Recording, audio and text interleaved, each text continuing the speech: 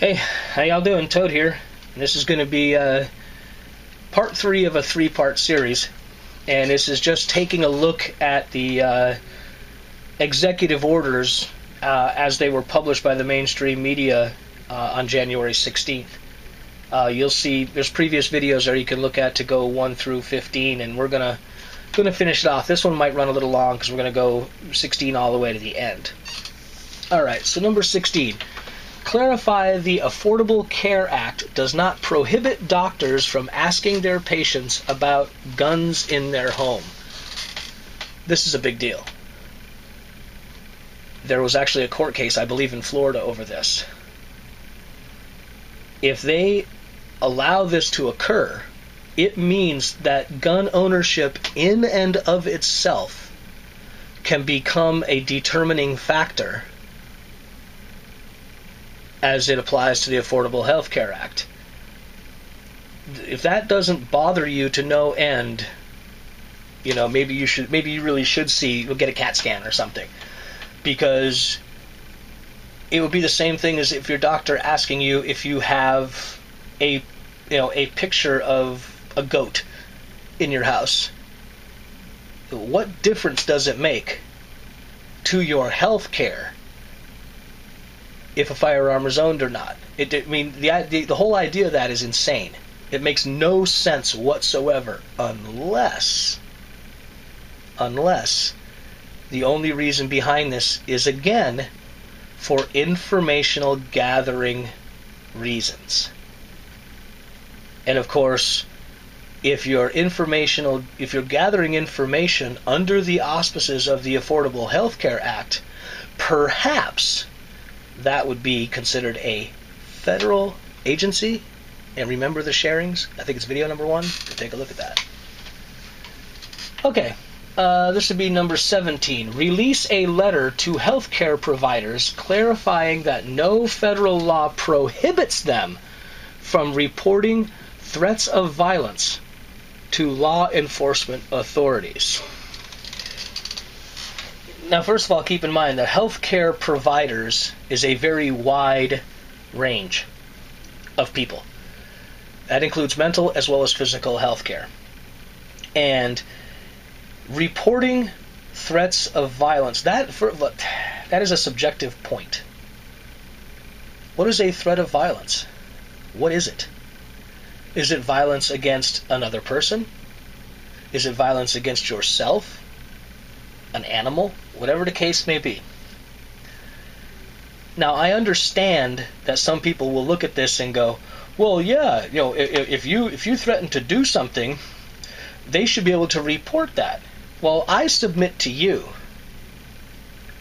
that if you make a threat, unless it rises to the legal definition of assault, then you are protected by your First Amendment right to self-expression to not be held in any punitive way for that expression. That's why I have a big problem with this. Really big problem with this. There has been instances where people have said things, other people have made conclusions, and constitutional rights have been removed. There could be more of that. You've got to be real careful with that. That's another slippery slope. Number 18, provide incentives for schools to hire school resource officers.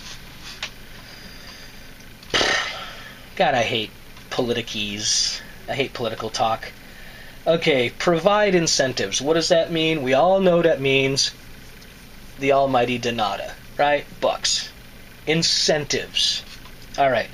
For schools to hire resource officers. What the hell is a resource officer? Hello? Why don't they say guards? Why don't they say armed guards? It's politics. Complete and utter politics. The last thing we need to do as a nation is to accept this kind of vague bullshit. You know, if you want to provide incentives for school to hire somebody, define the incentives and define the job description of these potential employees. You know, unless these resource officers are going to be armed, or they're going to be, psychiatric types to watch the students and to pay attention to the students, to maybe see if they make any statements that could lead to an investigation. Hey, I don't know. This is sufficiently vague. This goes really close to the let's, pass this so we can read it and find out. Now all of these executive orders have that in common, that they're most of them are very, very vague and can be interpreted any other way. In many ways, rather, sorry.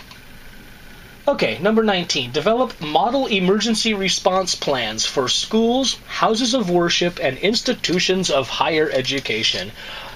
Why do they get preferential treatment? Or am I not supposed to ask that question?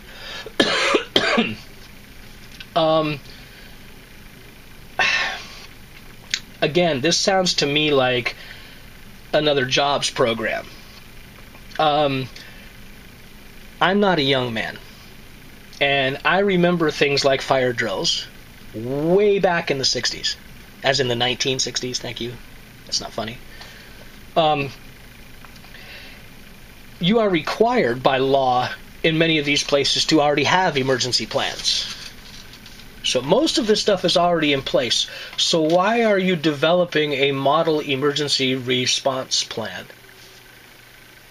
I mean, just the whole idea of that is fallacy, because, like I said, most of the stuff is already in place and could be modified for a different threat. And no one model is going to cover all different kinds of institutions. And I get a kick out of how they put in there houses of worship. What are you going to do when you get to a house of worship that simply doesn't want you there? Oops. And of course, I'm not even going to get into the whole defining house of worship, but that would be actually funny too. All right, number 20. Release a letter to state health officials clarifying the scope of mental health services that Medicaid plans must cover. Okay, remember that old Sesame Street thing? One of these things just doesn't belong? Well, this is one of them. Where did this come from? Why is this in this executive order pile supposedly having to do with firearms and terrible things that happen at schools? Well, the only reason it could be is because they're addressing the mental health part of what happened at Sandy Hook. It's becoming clearer and clearer as the facts, so ungodly slowly, come out of what happened up there, that the mental health of the perpetrator was not only quite well known, but quite obvious. So if that's the case, then I guess this must be defining what kind of mental health issues that may lead you to be a perpetrator or identify you as a possible perpetrator are covered by Medicaid. Now, you just think, what's covered by Medicaid? Wait, stop. Mental health issues that of a perpetrator or somebody who could be a perpetrator? I'll let you just think about that. Okay, number 21. Finalize regulations clarifying essential health benefits and parity requirements within the Affordable Health Care Act, or ACA, exchange. Again, trying to tie that to what the entire speech was about, to me is a little difficult. Again, benefits, between the last one and this one and the one that's coming up, I'll get to that in a second. All right, let's just go to 22. Commit to finalizing mental health parity regulations. And then we'll finish off with 23. Launch a national dialogue led by Secretaries Sebelius and Duncan on mental health. You know, if you are declared incompetent, suicidal, there's a list of things now that if you're declared suffering from them, your firearms rights are bye-bye. It's gone. Your Second Amendment right is gone. You have now become a perpetually unarmed and helpless person. And all four of these actually, 5 if you go all the way up to 19, are all talking about what sounds like smoothing out the mental health service, figuring out which services will be free to the public, which will be available to the public. Now, call me cynical, but it also sounds like a wonderful way to analyze everybody who uses any form of mental health assistance via the ACA or the Affordable Health Care Act.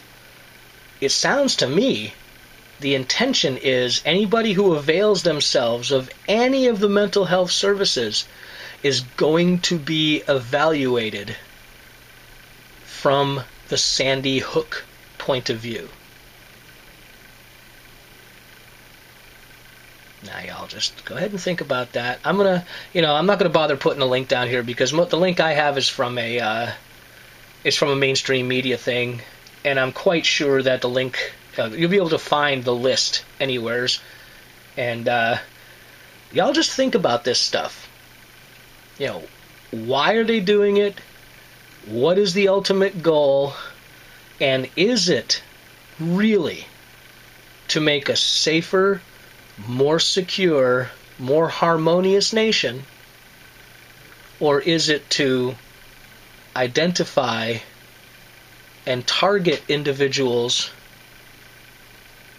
for the loss of Second Amendment rights, as well as the sharing of information and the gathering of information at the highest and most complete level possible? And then when you couple this with the proposals that President Obama sent to Congress, draw your own conclusions. I just gave you some opinions.